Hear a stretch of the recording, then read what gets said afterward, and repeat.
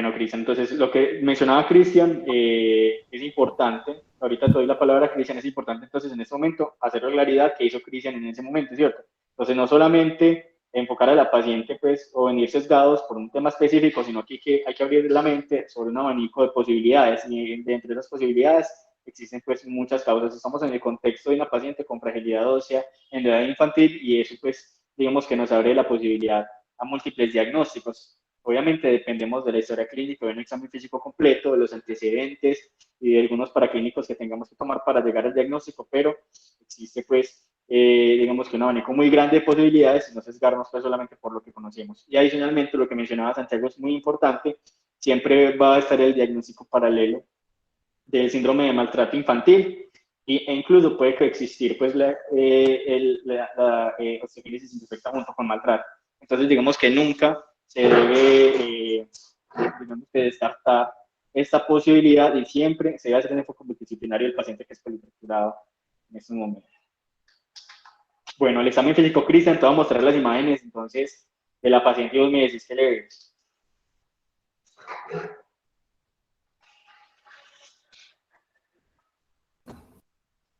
Hola, ahí. Sebas, pues en esta imagen pues podemos ver claramente que la esclera pues tiene como una coloración diferente que es como azulada en eso que nos están mostrando ahí, y eso pues ya nos da como un dato muy importante para irnos enfocando en todo ese abanico de posibilidades que nos mostraste en, en la diapositiva previa.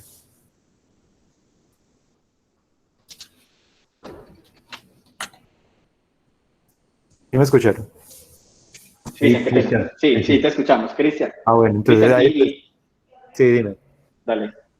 No, yo te iba a decir, bueno, venimos sesgados, pero vos de pronto sabes qué enfermedades dan esa coloración o en qué podría uno pensar. No, pues ahí sí me iría pues, pues ya como dices, estamos sesgados y pensaría pues en osteogénesis, pero en realidad no estoy, o no conozco que otras enfermedades pues podrían dar como esas dos manifestaciones al tiempo de escleras de color diferente y esa fragilidad ósea.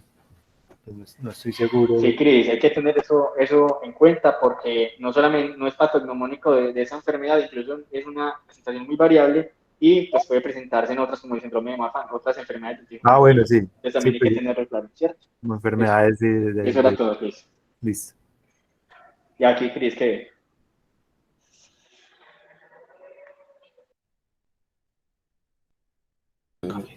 Ah, bueno, pues ahí vemos que hay cambios en la coloración de los dientes, eh, sobre todo pues como en la imagen de la izquierda.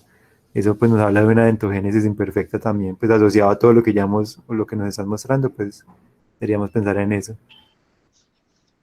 muy bien, Cris. Y esta imagen yo la traigo pues porque es una imagen, digamos que algo diciente de una paciente que por traumas, digamos que de muy baja energía, pues miren la que parece una momia literalmente de las fracturas que tiene pues en tan corto tiempo. Eso, digamos que para los muchachos internos que de pronto no tienen mucha experiencia, pues tengan la sospecha que eso no es normal, que eso puede estar encaminado hacia maltrato infantil, hacia una enfermedad metabólica, una enfermedad genética, como posiblemente sea en este caso, pero abran los ojos, miren cosas muy obvias, ahí está la respuesta.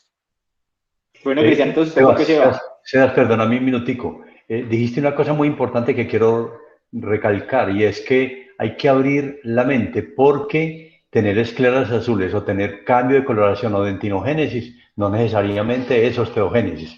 Pero si tengo todo junto, debo pensar en eso.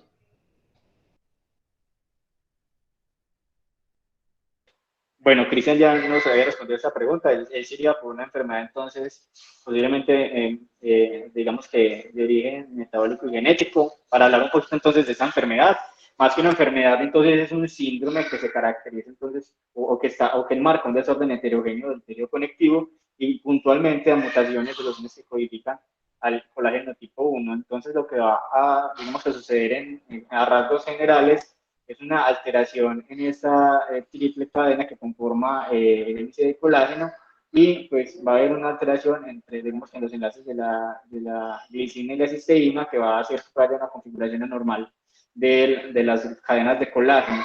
Como sabemos, el colágeno tipo 1 está pues, en la mayoría de las zonas corporales, pero las que nos interesan pues, en este momento, digamos que dentro del tejido óseo vamos a encontrar a la histología una matriz intracelular disminuida, unos osteocitos abundantes pero deformes, un hueso laminar que va a ser delgado, un hueso esponjoso que va a ser muy escaso. Digamos que la arquitectura ósea va a estar muy alterada, pero algo supremamente importante que tenemos que entender de la fisiopatología de esta enfermedad es que ellos van a tener el periósteo y el pericondrio normales, lo que va a garantizar, pues, digamos, una adecuada consolidación en los procesos de microfracturas que ellos tienen, digamos que a lo largo de su enfermedad.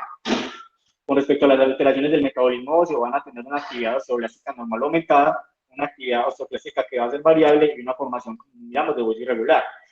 Digamos que varias clasificaciones se han intentado exponer a lo largo pues, de la historia para determinar pues, los tipos de osteogénesis imperfecta. Inicialmente estos fueron basados, bueno, y ahorita todavía, en las características morfológicas pues, de esos pacientes.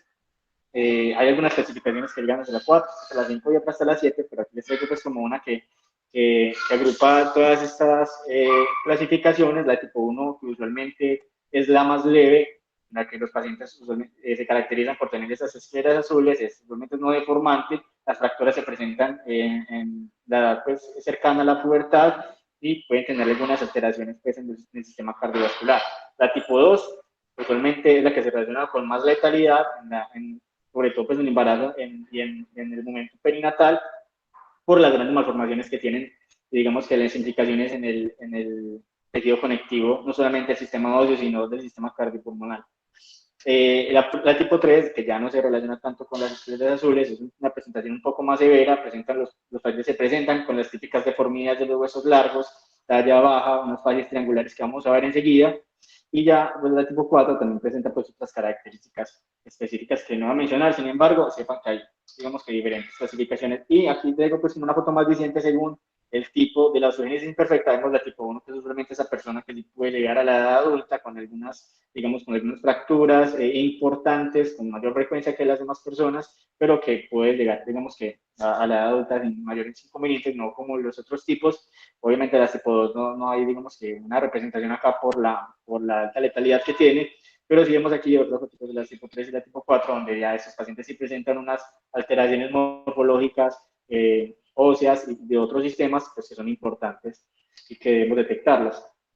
Esta enfermedad entonces se presenta entre uno en 10.000 a 20.000 según de donde se lea, y 1 en 50.000 presenta las formas graves pues, de la enfermedad. No hay una relación étnica o geográfica con respecto, digamos, que a esta enfermedad, pero sí hay una gran carga genética implicada. Digamos que hay una carga que puede ser autosómica dominante, puede darse también esta alteración genética por mutaciones espontáneas o por mosaicismo. Bueno, entonces, Hernán, ¿qué hallazgos físicos, aparte de los que ya mencionamos, de los que tiene la paciente, esperaría encontrar en una osteogénesis imperfecta? Hola, buenos días. Hola, Hernán.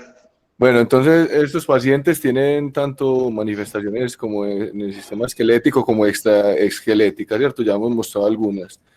Entonces, digamos que en el sistema esquelético lo que uno encuentra es más o menos lo que ha presentado esta niña, que son fracturas que se presentan con un mecanismo de trauma que habitualmente no producen esas lesiones. Producen frecuentemente deformidad ósea, aunque no se presente aún la fractura, es decir, como angulaciones o como se dijera, bowing, arqueamiento pues, de huesos largos.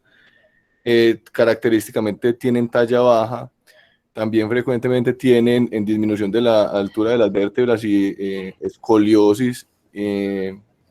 También son de talla baja y tienen deformidades craneofaciales, también es como lo que se describe en el sistema esquelético. En el sistema extraesquelético generalmente son niños hiperlaxos, lo que mencionamos pues, de las escleras azules, que es más característico pues, de algunos fenotipos dentro de la clasificación que mostró Callejas. El tema pues, de la dentinogénesis imperfecta es también un hallazgo bastante frecuente.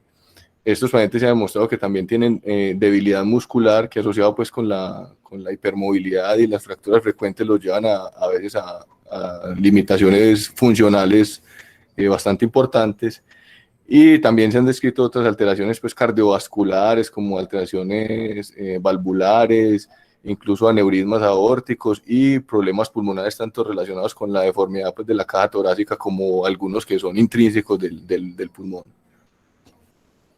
Muy bien, Hernán. Entonces, como para mencionarlo y mostrarle pues, a los compañeros, incluso algunos textos refieren estas deformidades craneofaciales como caída en casco espacial, es por la alteración pues, en las fusiones de sus huesos del cráneo y pues la desproporción craneoencefálica también importante ahí. La dentinogénesis, que en algunos niños puede ser pues, imperfecta, que puede ser mucho más diciente, como vemos acá, la dentina, digamos que también está compuesta de colágeno tipo 1 y esa alteración en el colágeno pues hace que ellos tengan una disposición pues de los dientes muy diferente. Los dientes primarios pues, usualmente se tornan blancos, son muy azulados, y posteriormente con los dientes pues ya de la vida adulta sus dientes se tornan muy amarillentos y manchados. Digamos que esa es como la forma característica.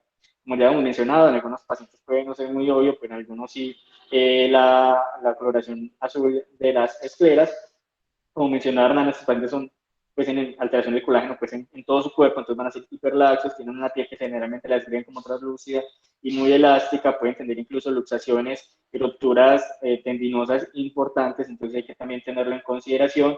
Como mencionó también, entonces Hernán, pueden tener alteraciones hernias diafragmáticas o hernias umbilicales, alteraciones vertebrales, como mencionaba, por ejemplo, esta que lo vamos a ver más adelante, que es de nuestra paciente, con alteraciones vertebrales, aplastamientos vertebrales o digamos unas configuraciones diferentes a las que normalmente vemos, y pues ya las alteraciones que pueden ser muy grotescas en el sistema musculoesquelético, como decía también el compañero Hernán, manifestado por arqueamientos, por, digamos, deformidades que son producto de esas microfracturas que se van dando, y son fracturas pues, que generalmente consolidan en una mala posición, que no tienen un tratamiento específico. Con respecto entonces específicamente a las fracturas, generalmente son cerradas, de baja energía, y aficiarias o metaficiarias, y en orden de importancia o en orden de, digamos que de presentación, están las de fémur, posiblemente las de tibia, las de húmero, las de cúbito y las de radio.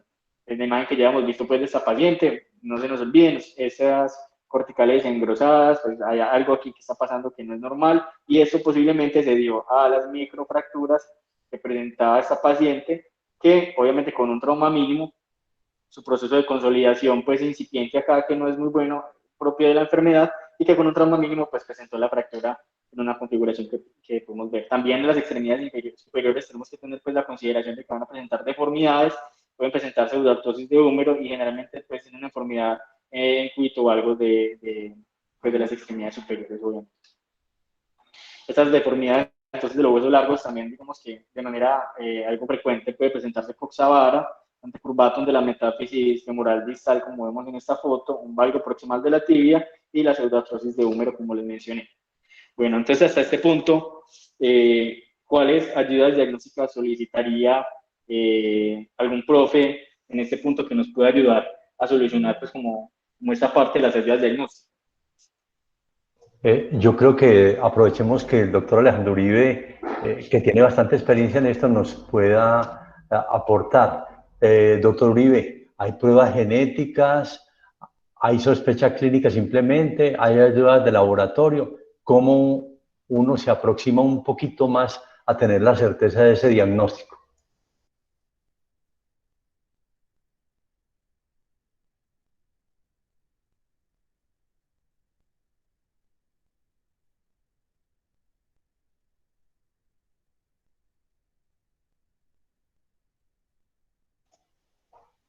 Bueno, el doctor debe ser que tiene problemas de conexión. Doctor López, ¿uno tendría que hacer biopsias para poder confirmar el diagnóstico? ¿O puede simplemente con la sospecha clínica y los elementos que nos han dado poner más o menos un diagnóstico de osteotomía imperfecta ante las características clínicas de estos niños?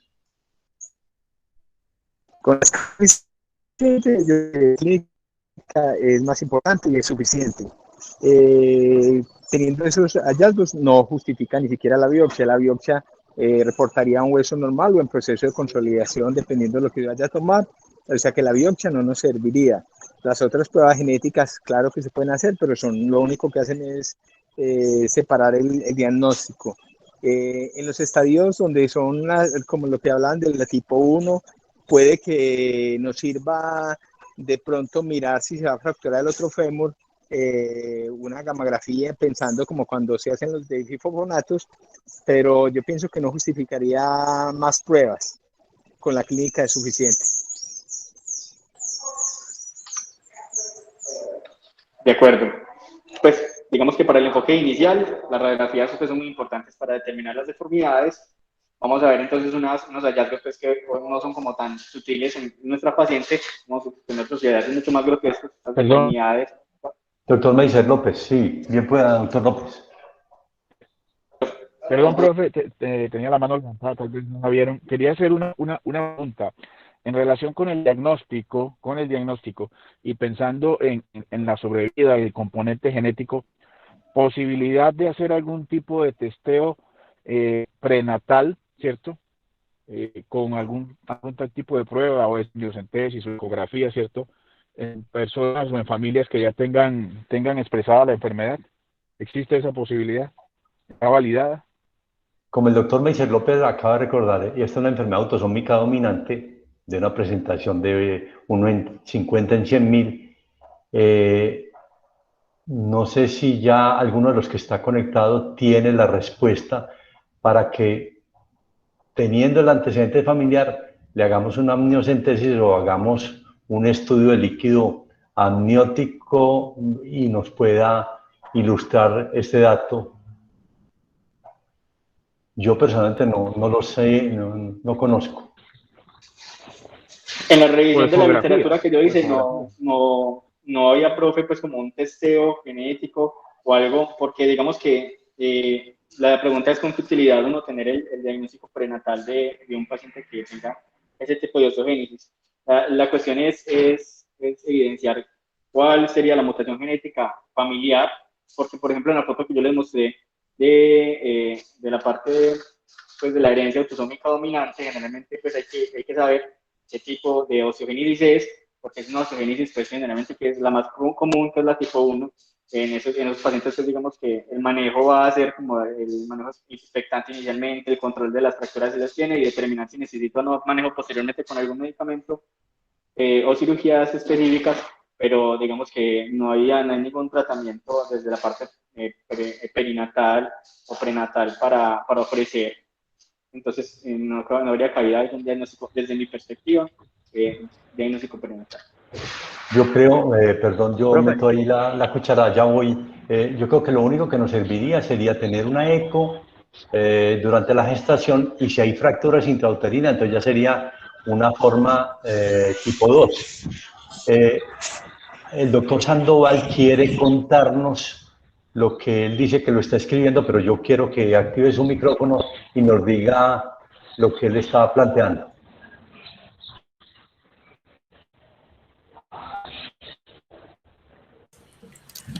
Buenos días. ¿Me escuchan? Buenos días, profe. Sí, existen, complementando algunos aspectos sobre la osteogénesis imperfecta debido a su heterogeneidad que presenta. Se caracteriza básicamente por ser una entidad autosómica dominante, una mutación identificada en ciertos genes. Hay descritos aproximadamente 18 genes. También existen unas formas autosómicas recesivas. De ahí la importancia pues, de identificar el tipo de mutación para hacer el diagnóstico prenatal, que era la última pregunta a la que ustedes se referían, que existen formas para identificar a través de estudio líquido amniótico o biopsia de vellosidades coriónicas, identificar a este tipo de pacientes. Gracias. La pregunta que hace el doctor, muchas gracias doctor Sandoval, la pregunta que hace el doctor Meiser López es, en este caso, si tenemos por ecografía ya la sospecha que es una osteogénesis imperfecta, estos niños, sobre todo en las formas tipo 2, pueden morirse en el canal del parto por fracturas, morirse no, complicarse y hacer fracturas costales y después va a ser una muerte en el posparto inmediato. Entonces, en esos casos, sí sería elegir una cesárea. Perfecto, sí, señor, tiene toda la razón. Bueno, como mencionaba entonces el profe López, el diagnóstico generalmente se apoya en la historia clínica, en un examen físico completo, en una sospecha diagnóstica clara, digamos que hay otras cosas que podemos echar mano. Realmente estos niños son de bajo peso al nacer, tienen fracturas con trauma mínimo, como mencioné, y digamos que hay otras habilidades diagnósticas, dependiendo de donde se lea, pues ya sería como parte del enfoque inicial del tratamiento, con la densitometría, algunos efectos de ordenadores de electroforesis, y por último, pues el estudio genético, que sabemos que conlleva a una ayuda diagnóstica que es costosa, que no es, pues, digamos que fácil, pero que en determinadas ocasiones sí se podría dar. En laboratorios, entonces, usualmente esos pacientes van a tener un calcio fósforo normal, una fosfatasa alcalina aumentada por ese recambio óseo que tienen, y unos valores, digamos que siempre valorar niveles de vitamina D y en general de las vitaminas, porque pues siempre hay que descartar otras causas, como mencionamos, metabólicas de fragilidad ósea, además en nuestro contexto de los niños que son pues, desnutridos, hay que tener también eso en consideración. Y como mencionamos entonces anteriormente, un gran espectro de diagnósticos diferenciales que siempre los tenemos que tener ahí en la mira para que no se les vaya a pasar pues como algo adicional. ¿De qué manera entonces Juan José Jaramillo enfocaría el tratamiento ya para ir terminando las pacientes con osteogénesis imperfecta? Bueno, entonces, eminentemente el manejo tiene que ser un manejo integral, pues en la medida en que tenemos pacientes que van a tener historias de múltiples fracturas, que van a estar por periodos largos de tiempo inmovilizados, que van a tener un impacto importante, pues, como en la parte funcional general de estos niños. Entonces, es un manejo que va a ser muy integral desde el punto de vista de la rehabilitación funcional de esos pacientes.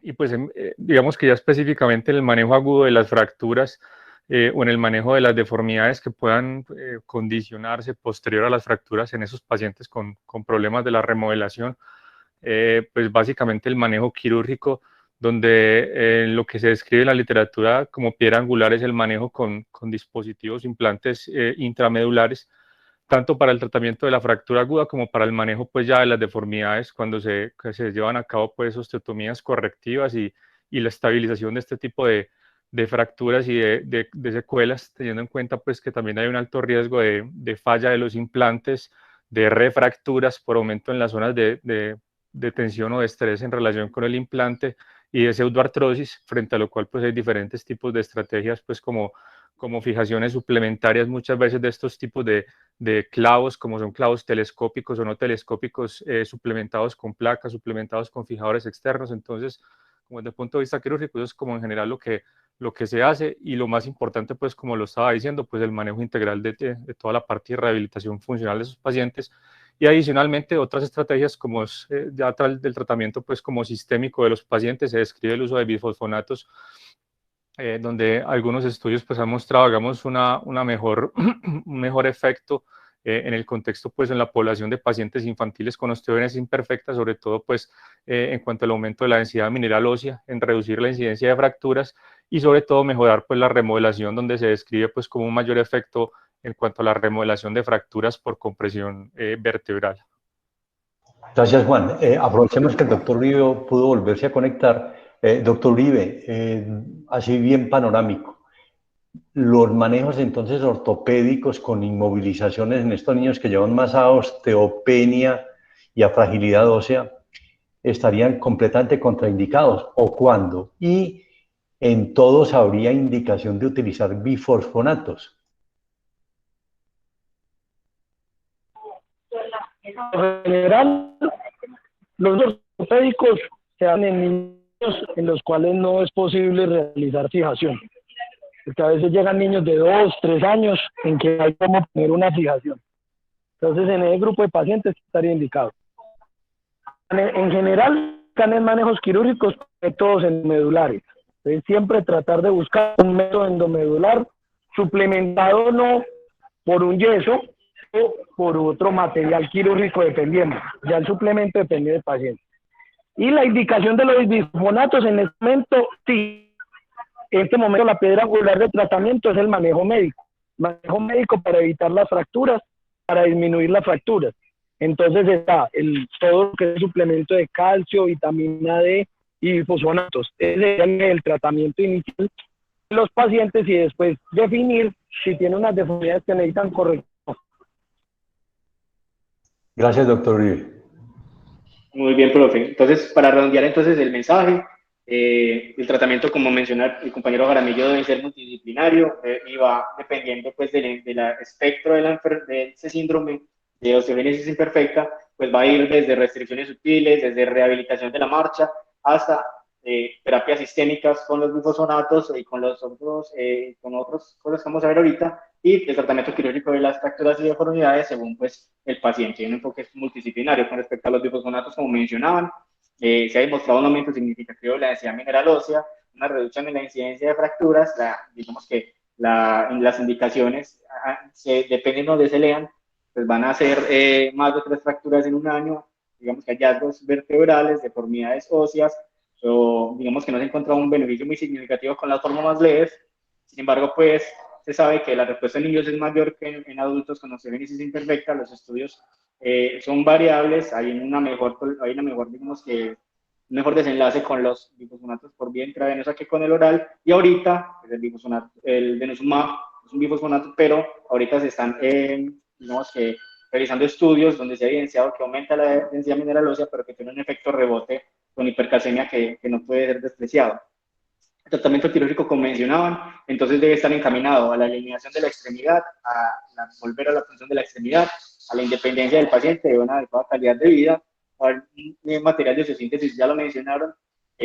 Como mencionaron, entonces las placas solas o dispositivos extramedulares no son la mejor elección debido a la falla que presentan esas placas en los bordes proximales y distales, y a la erosión que presentan esas placas en el contacto directo con el hueso. Como mencionar, entonces se prefieren los dispositivos intramedulares, y dentro de esos los clavos elípticos, digamos que son los que tienen un mejor resultado con respecto al manejo de las deformidades. Diferentes casos pues se presentan dependiendo de la deformidad de cada paciente.